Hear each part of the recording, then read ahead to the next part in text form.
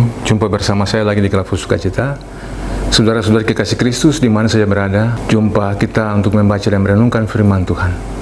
Dengan membaca dan merenungkan firman Tuhan, kita mendapatkan dan menemukan sebenarnya kehidupan kita itu hidup dari kedengaran akan firman Tuhan.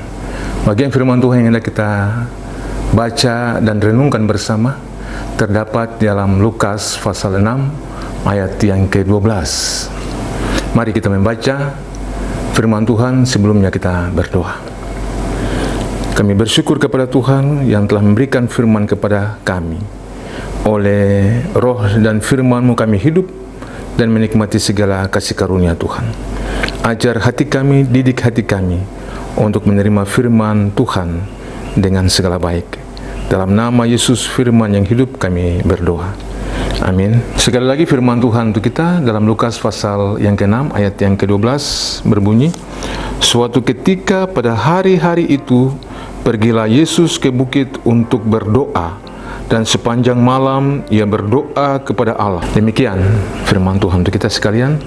Bapak Ibu, saudara-saudari, sahabat Kelafus di mana saja berada, bagian firman Tuhan yang telah kita baca dan renungkan bersama menitik beratkan pada hal berdoa. Kenapa bagian ini penting, saudara-saudari? Karena pada hakikatnya doa itu adalah kehidupan orang percaya, tetapi doa juga adalah nafas daripada hidup orang percaya untuk menemukan dirinya beraktivitas, tetapi juga ia dapat melakukan segala hal yang baik dan bertanggung jawab kepada Tuhan. Bagian pembacaan kita bicara tentang Yesus naik ke bukit untuk berdoa sepanjang malam. Ia berdoa kepada Allah. Ada yang harus disampaikan, ada pergumulan besar yang Yesus sampaikan kepada Allah Bapa sendiri tentang bagaimana dia harus mencapai tujuan dan maksud Allah Bapa di surga untuk dirinya di tengah-tengah dunia ini. Karena itu, saudara-saudari kekasih Kristus, bagi yang disampaikan oleh Yesus dalam gumulnya, dalam doanya itu untuk menjawab bagaimana ia mempersiapkan orang-orang pilihannya atau suatu umat baru yang dapat menjawab, yang dapat menjabarkan, menerjemahkan apa yang disampaikan oleh Yesus kepada mereka tentang bagaimana Injil itu harus diberitakan yang benar. Kenapa? Pada kesempatan lain, di bagian pembacaan kita menemukan bahwa sebenarnya ada ahli Taurat dan orang Farisi yang membuat pertentangan dengan Yesus karena Yesus melakukan aktivitas di hari Sabat. Yesus mau menunjukkan bahwa sebenarnya dia adalah Tuhan atas hari Sabat, dan karena itu doanya kepada Bapa di surga untuk dapat memilih orang-orang yang memahami, mengerti tentang apa yang ia maksudkan dari Taurat itu sendiri. Karena itu hal berdoa yang diterapkan, yang diteladani oleh Yesus itu sebenarnya juga menjadi bagian yang hendak menjawab pergumulan kita, bahwa setiap hari hidup kita ini harus dibentuk dengan hal berdoa, atau gaya hidup orang percaya itu harus memulai dengan doa setiap hari. Dengan demikian akan menjawab setiap gumul kita di hari itu atau seterusnya ke depan. Bagian penting untuk kita hari ini, saudara, bahwa Yesus tidak hanya berdoa untuk dirinya sendiri, tetapi ini menjadi teladan untuk setiap orang percaya memahami tentang hal berdoa.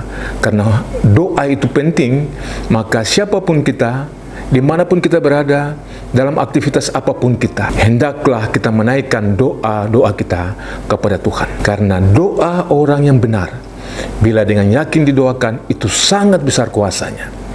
Mari kita ikut apa yang disampaikan, ikut apa yang dibuat oleh Yesus sebagai teladan daripada hal berdoa, supaya kita tidak jemu-jemu berdoa.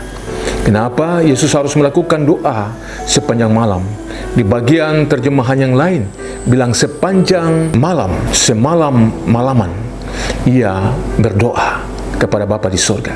Artinya bahwa ia tidak bosan-bosannya, tidak jemu-jemu untuk berdoa, karena doa itu gaya hidup orang percaya hari ini. Siapapun kita, dimanapun kita berada, gairahkanlah hidup dengan berdoa, karena dengan berdoa kita dapat mencapai tujuan dan maksud yang besar Tuhan siapkan bagi kita di mana saja. Dengan berdoa, kita dapat melakukan apa yang tidak mungkin menjadi mungkin bagi kita. Karena doa orang yang benar, bila dengan yakin didoakan, itu sangat besar kuasanya. Dimanapun kita berada, Tuhan tuntut kita untuk punya relasi doa yang hidup dengannya setiap hari. Tuhan memberkati kita sekalian dengan firman-Nya. Hidupkanlah doa dalam dirimu di hari ini dan seterusnya. Amin. Mari berdoa. Kami bersyukur Tuhan karena Engkau mengajar kami untuk tetap berdoa.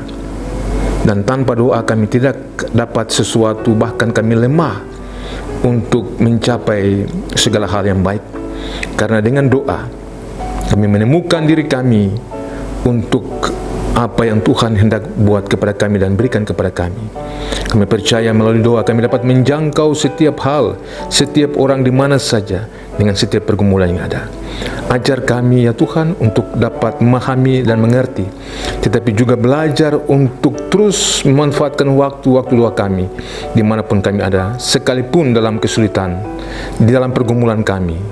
Hanya dalam nama Yesus kami berdoa dan memohon. Amin. Shalom, Tuhan memberkati.